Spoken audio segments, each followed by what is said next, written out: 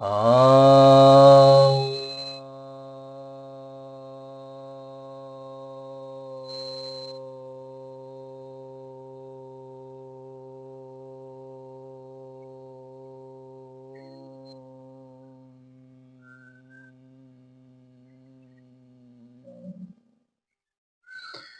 सभी भक्तजनों को प्रेम नमन। तो आज मैं आपके समक्ष कठोपनिषद के प्रथम अध्याय के तृतीय वल्ली के चतुर्थ मंत्र पर प्रवचन करने जा रहा हूँ। इसमें बताया जा रहा है, जो यम है वे नचिकेता को बता रहे हैं, इंद्रियाणि हयाणाहुर्विषयास्तेषु गोचरान् आत्मेन्द्रियं न युक्तं भोक्तेस्ताहुर्मनीषिणः। इसका अर्थ है कि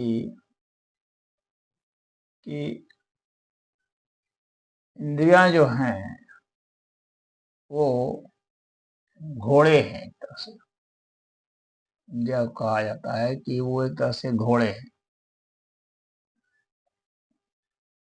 और वे जो घोड़े हैं वे विषय के बारे में उनके बारे में कहा जाता है कि वो विषय है जिसके ऊपर वे चलते हैं। यानी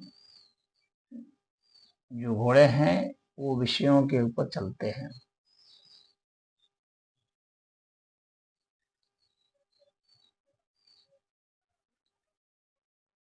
और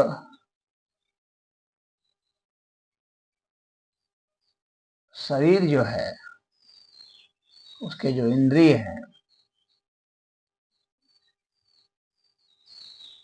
मन से जो युक्त है, मनोयुक्तम, मन से युक्त है इंद्रिय जो है, और वह इंद्रिय जो है वो मन से युक्त इंद्रिय जो है, जो शरीर है वो आत्मा को भोक्ता कहा जाता है। मतलब कि आत्मा है, इंद्रिय है, मन है, ये सारे युक्त हैं, आत्मा के साथ हैं। तो ये जो है ये भोगने वाला कहा जाता है। यानी यही आत्मा जो है वही भोग रहा है, हर चीज को भोग रहा है। हालांकि यहाँ आत्मा वास्तव में भोगता नहीं है, जो शुद्ध आत्मा है वो भोगता नहीं है, लेकिन इनकी उपाधि से मन, इंद्रिय, ये सब जो हैं, बुद्धि हैं, इन सब से यह कहा जाता है कि इन सब से इन सब के उपाधि से यह कहा जाता है कि यह भोगने वाला है।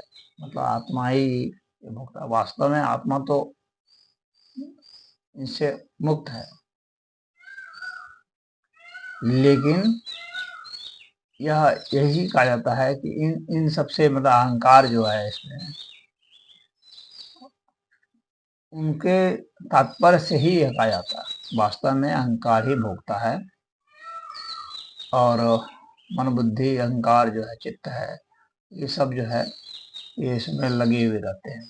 तो वही यहाँ बताया जा रहा है कि जो इंद्रियां हैं, जो हमारे घोड़े के रूप में है, हमारी इंद्रियां जो है माने जो हमारे ज्ञानेंद्रियां हैं, और जैसे आँख है, कान है, और नासिका है, और जो है जिह्वा है, त्वचा है, ये जो हैं, यही जो हैं चारों ओर देखते हैं,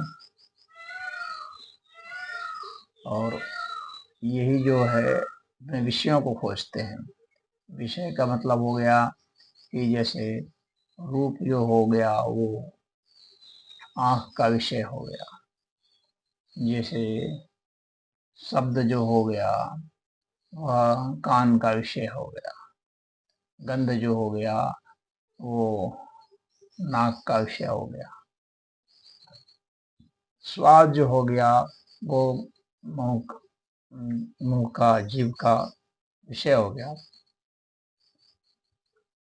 और स्पर्श जो हो गया वो त्वचा का विषय हो गया। तो ये जो विषय हैं, इन्हीं के ऊपर जो घोड़ा चलता है, इन्हीं के विषय पर चलता है। ये नहीं रहेंगे तो ये कहाँ चलेगा, नहीं चलेगा। तो यही कहना चाह रहे हैं ये कि लेकिन इन सब का जो भोगने वाला है वो वास्तव में वह जो हमारा अहंकार मन है वही भोगता है। लेकिन चूंकि सबका गाइडेंस करने वाला जो है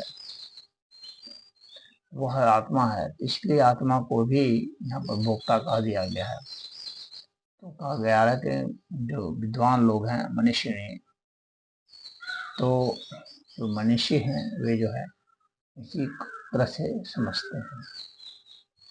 हरि ओम।